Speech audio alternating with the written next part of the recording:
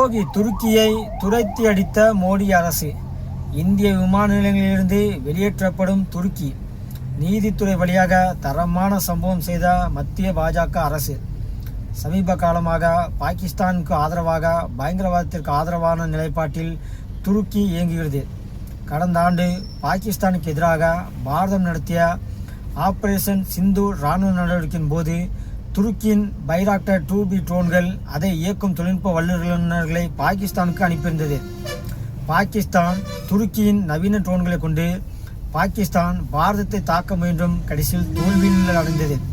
நம்மிடம் வலுவான வான் தடுப்பு சாதனங்கள் இருந்ததால் துருக்கியின் ட்ரோன்களை நம்மால் வீழ்த்த முடிந்தது. இல்லாமல் போயிருந்தால் நம் தேசம் பெரும் சேதத்தை சந்திருக்கும். அப்போது இதற்கு காரணமான துருக்கியை பல வகையிலும் பதிலடி கொடுக்க பாரதம் அப்போதே தயாரானது. அதன் முதல் கட்டமாக துருக்கியுடனான சுற்றுலாவை இந்தியர்கள் புறக்கணிக்க தொடங்கினார்கள். துருக்கியுடனான உயர்தர மார்பிள் கற்கள் உள்ளிட்டவை இறக்குமதி செய்வது நிறுத்தப்பட்டது. மேலும் துருக்கிக்கு ஏற்றுமதி செய்யப்படும் அரிசி, கோதுமை, பழங்கள் அளவு குறைக்கப்பட்டது. மருந்துகள், மருத்துவ உபகரணங்கள் ஏற்றுமதியும் கட்டுப்படுத்தப்பட்டது. அப்போது துருக்கியை கிட்டத்தட்ட அறிவிக்கப்படாத ஒரு எதிரி நாடாகவே பாரதமும் இந்தியர்களும் கையாள தொடங்கினார்கள். தற்போது பாரதத்தில் துருக்கியின் எஞ்சிருக்கும் ஒரே ஆதிக்கமான விமான நிலைய கையாளும் உரிமத்தையும் பாரதம் தற்போது பறித்துள்ளது. பாரதம் துருக்கி இடையான கடந்த கால புரிந்துணர்வு ஒப்பந்த அடிப்படையில் பாரதத்தின் விமான நிலையங்களை கையாளும் வர்த்தக ஒப்பந்தம் துருக்கியை சேர்ந்த செலோபி என்ற நிறுவனத்திற்கு வழங்கப்பட்டிருந்தது. ஆபரேஷன் சிந்தூர் இராணுவ நடவடிக்கை முடிந்த பிறகு இதையும் படிப்படியாக அகற்றுவதற்கு மத்திய அரசு களமிறங்கியது. முதல் கட்டமாக குஜராத் அகமதாபாத் விமான விபத்திற்கு பிறகு இந்த நடவடிக்கைகள் துரிதப்படுத்தப்பட்டது. குஜராத் அகமதாபாத் விமான நிலையத்தில் இருந்து துருக்கியின் ஒப்பந்தத்தை உடனடியாக மத்திய அரசு ரத்து செய்து அந்த விமான நிலையத்தின் கட்டுப்பாட்டை அந்த நிறுவனத்திடமிருந்து பறித்தது. உடனே அவர்கள் நீதிமன்றத்தை அணுகினார்கள். ஆனால் நாட்டின் பாதுகாப்பு, மக்கள் பாதுகாப்பு சார்ந்த விஷயங்களில் அரசு எடுக்கும் முடிவில் நாங்கள் தலையிட முடியாது என்று நீதிமன்றம் அப்போதே ஒதுங்கிக் கொண்டது. இதையடுத்து நாடு முழுவதும் 20க்கும் மேற்பட்ட விமான நிலையங்களில் துருக்கியின் செலோபி நிறுவனம் இது போன்ற விமான நிலைய கையாளுகை பணிகளில் ஒப்பந்த அடிப்படையில் இருப்பதை படிப்படியாக அகற்ற தேவையான சட்டப்பூர்வ நடவடிக்கைகளை மத்திய அரசு மேற்கொண்டது.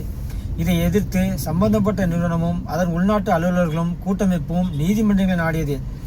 இறை அருளால் நீதி அரசர்கள் ஒப்பந்தம் ஆவணங்கள் என்று எதிர்த்தரப்பு வாதிடுவதெல்லாம் கேட்ட பிறகும் தேசத்தின் பாதுகாப்பே பிரதானம் என்று தீர்க்கமான தீர்ப்பை வழங்கியிருக்கிறார்கள். அதாவது கடந்த காலங்களில் துருக்கியின் நடவடிக்கைகளை பொறுத்து இப்படி ஒரு ஒப்பந்தம் நிறைவேறியிருக்கலாம். ஆனால் தற்போது துருக்கியின் நடவடிக்கைகள் இராஜாங்க அணுகுமுறைகள் மாறும் பட்சத்தில் இந்திய அரசின் அணுகுமுறையும் மாறும் என்பதை நீதியரசர்கள் உறுதி செய்திருக்கிறார்கள். இப்போது உச்ச நீதிமன்றத்தின் இந்த தீர்ப்பை அடுத்து இந்தியாவில் இயங்கும் விமான நிலையங்களில் உள்நாட்டு முனையங்கள், சர்வதேச விமானங்கள் உள்ளிட்ட 20 விமான நிலையங்களில் துருக்கி நாட்டின் விமான நிலைய கையாளுகை நிறுவனமான செலோபி ஒப்பந்த அடிப்படையில் விமான நிலைய இயக்கம் முடிவுக்கு வந்தது. வெளிநாட்டு பணியாளர்கள், அலுவலர்கள் இருந்தனர். உள்நாட்டில் அதிகளவு இந்தியர்கள் இந்த நிறுவனத்தில் பணியாளர்களாக பணிபுரிந்தனர்.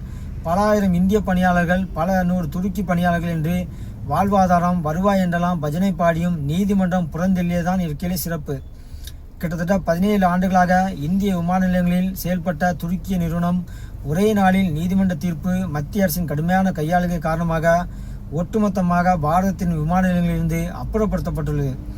இது இந்தியா முதலில் இதன் மூலம் தேச நலனை பாதுகாப்பிற்கு முன்னுரிமை என்பதை தனது சாதுரியமான நடவடிக்கை மூலம் நீதிமன்ற தீர்ப்பின் வாயிலாக மத்திய அரசு உலகிற்கு உறக்கச் சொல்லியுள்ளது.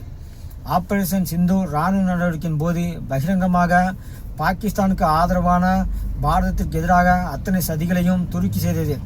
இன்னமும் பாகிஸ்தானை தளமாக கொண்டு பாரதத்திற்கு எதிரான இணையதள சதிகள், உளவுத்துறை ரீதியான சதிகள் என்று பாரதத்திற்கு எதிராக அத்தனையும் துருக்கி பாகிஸ்தான் பின்னிருந்து செய்கிறது. வங்கதேசத்தையும் மத அடிப்படையில் தூண்டிவிட்டு பாரதத்திற்கு எதிராக களமாட துருக்கி பின்னிருந்து இயக்குகிறது. இதுவரையில் பாரதத்தால் எந்த ஒரு அரசியல் சிக்கலோ அல்லது நாட்டு மக்கள் பாதுகாப்பிற்கோ எந்த ஒரு அச்சுறுத்தலையோ பாரதம் செய்ததில்லை, செய்ய நினைத்ததும் கிடையாது. அப்படிப்பட்ட ஒரு நாட்டிற்கு எதிராக கேடுகட்ட பாகிஸ்தானுக்கு ஆதரவாக மதம் என்ற ஒற்றை முன்னிறுத்தி மத பயங்கரவாத ஆதரவு நிலைப்பாட்டில் துருக்கி பேயாட்டம் ஆடுகிறது. பாகிஸ்தானின் எல்லை தாண்டிய பயங்கரவாதத்தை ஆதரிப்பது, காஷ்மீர் விவகாரத்தில் மூக்கை நுழைப்பது, அதனால் பாரதம் எதிர்கொள்ளும் மின்னல்களை எல்லாம் சர்வதேச அளவில் ஏதோ பாரதத்தின் ஆட்சியாளரின் அரசியல் தோல்வி, உளவுத்துறை பாதுகாப்பு தோல்வி என்பது போல சித்தரிக்க முயல்கிறது.